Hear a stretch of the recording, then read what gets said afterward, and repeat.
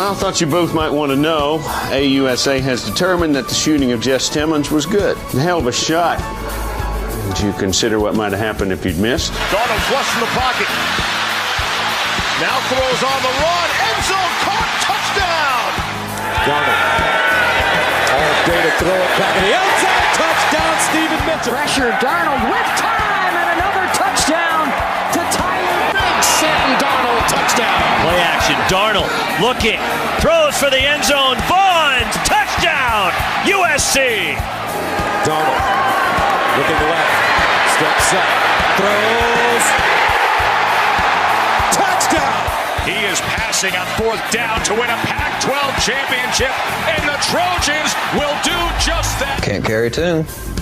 I don't know how to shoot a basketball, and my handwriting is barely legible, but I don't miss.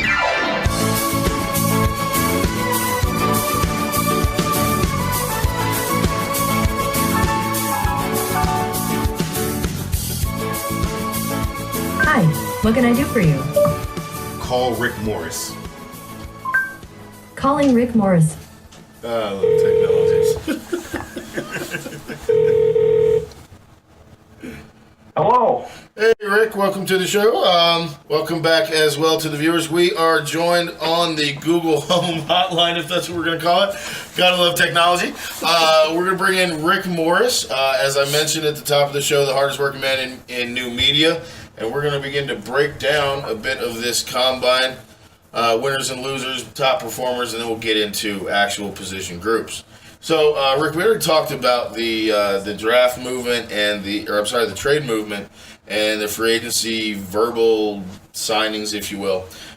So, with that sort of on the back burner, and I'll give you your time, of course, to get into some of those. But real quick, I want to start with some of the just off the cuff winners and losers. Anybody that jumps out at you that either made a lot of money or absolutely confirmed that they deserve to go as high as we think they're going to go? Well, there's a couple of guys, and these are the obvious points out there, and I'm sure they've probably been touched upon and will be touched upon. But really, what a sensational combine it was for a couple of different players here, not least of which Shaquem Griffin going out there and putting up the numbers that he did and solidifying himself as somebody who shouldn't be going towards the end of the draft just because of his handicap, somebody who really shows that he can project out as a real difference maker in the NFL. So I'm not really breaking any ground there and talking about him or Barkley. They're the most obvious winners of it. The most obvious loser of the combine. I'm not breaking any new ground here either. Orlando Brown. That was about as bad as it could have gone. Yeah, I've forewarned the listeners that we are going to somehow circle this back to the Browns. If not, because as you mentioned in our conversations, that for the first time in a very long time, the story of the draft is the Browns, a team, not a player or position. So with that being said, checking the wires, if you will, of fanboys and what the fans are clamoring for, I'm actually stunned at the point that we are still seeing anyone, Browns or otherwise, that are actually angling to get him. Because, look, 40 times are what they are, but it wasn't just a bad 40 time. It were two bad 40 times north of 5. If it's 5'2", who cares? Okay, if he's good in the drills. He wasn't good in the drills either. He looks slow. His footwork looks horrible. He looks like the kind of guy who's benefited his entire football career from just being bigger than everyone. Exactly, and I think I could have bench pressed more than what he did.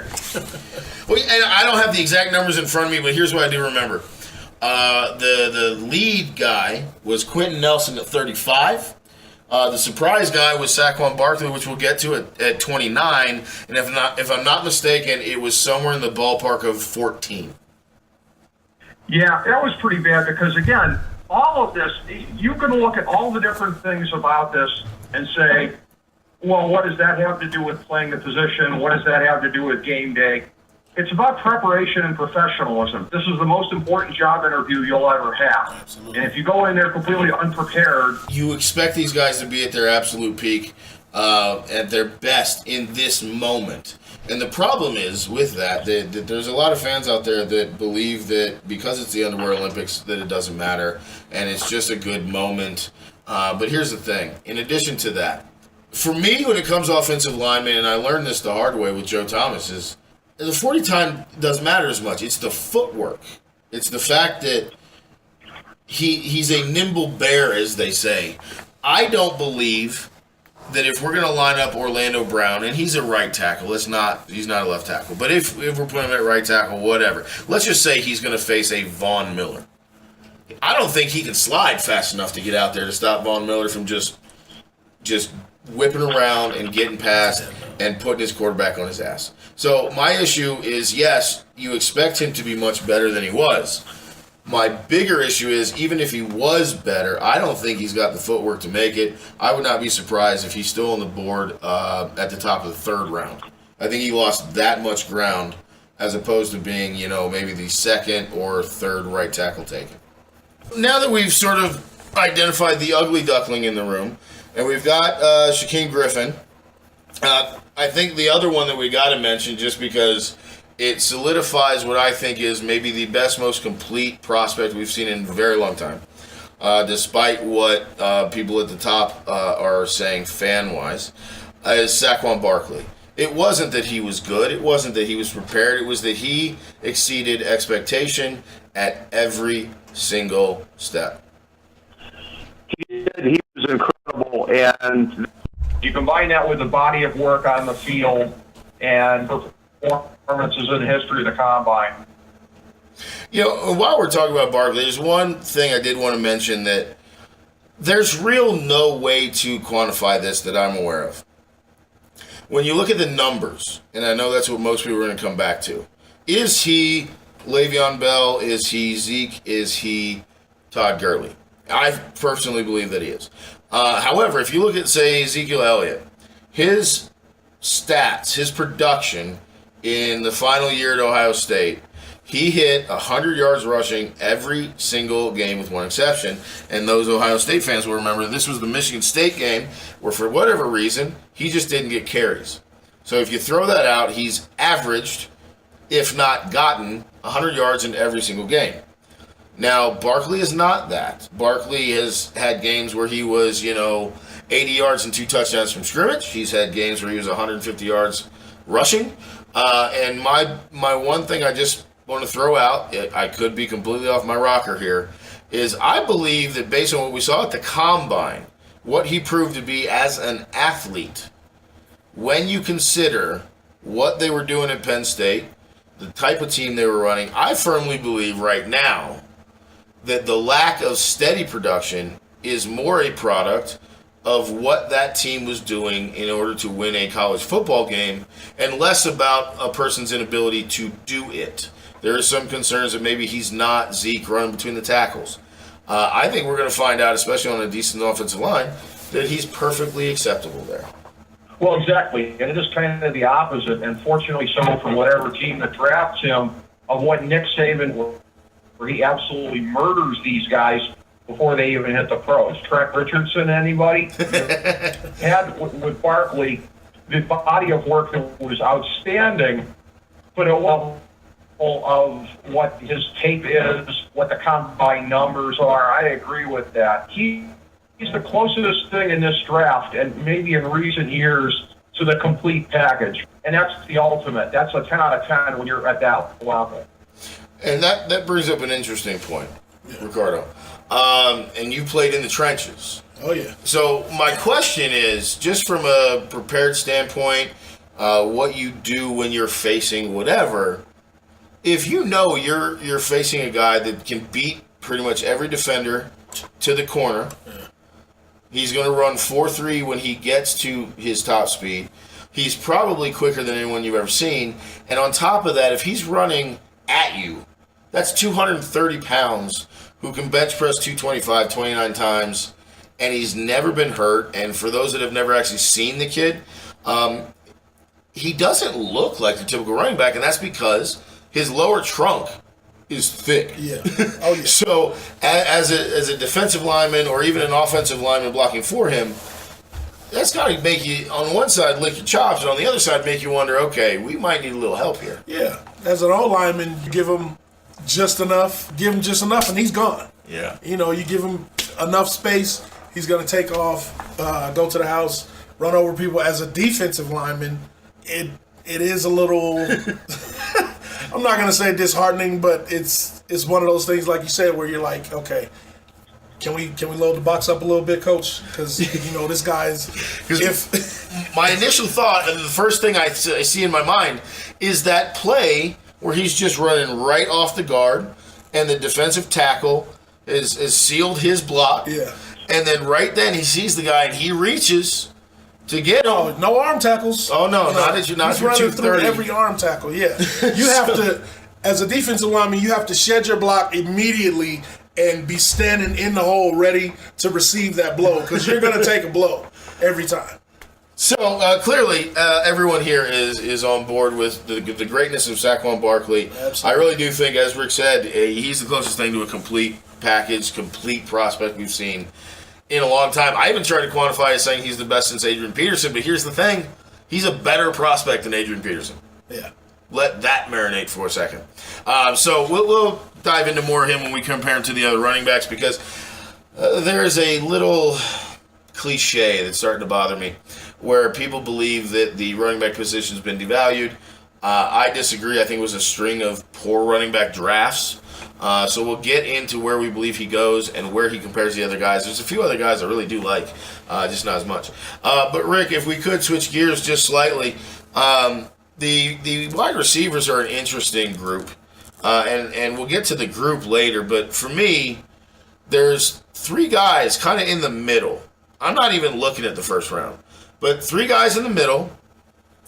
We have Jersey, who's one here at the network, who's a huge, albeit protesting the NFL, a huge fan of one of the St. Brown brothers, Equanimous.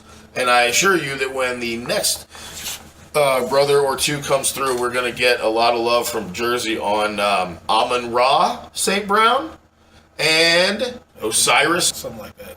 Anyway, Equanimous St. Brown out of Notre Dame, 6 foot 4.5, only 210 pounds, but did run in the mid 4.4s.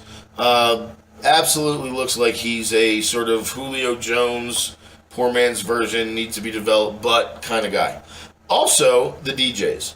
DJ Shark from LSU, and I've been hesitant on LSU receivers, and I woke up one day and just snap out of it. They get to the NFL and they blossom.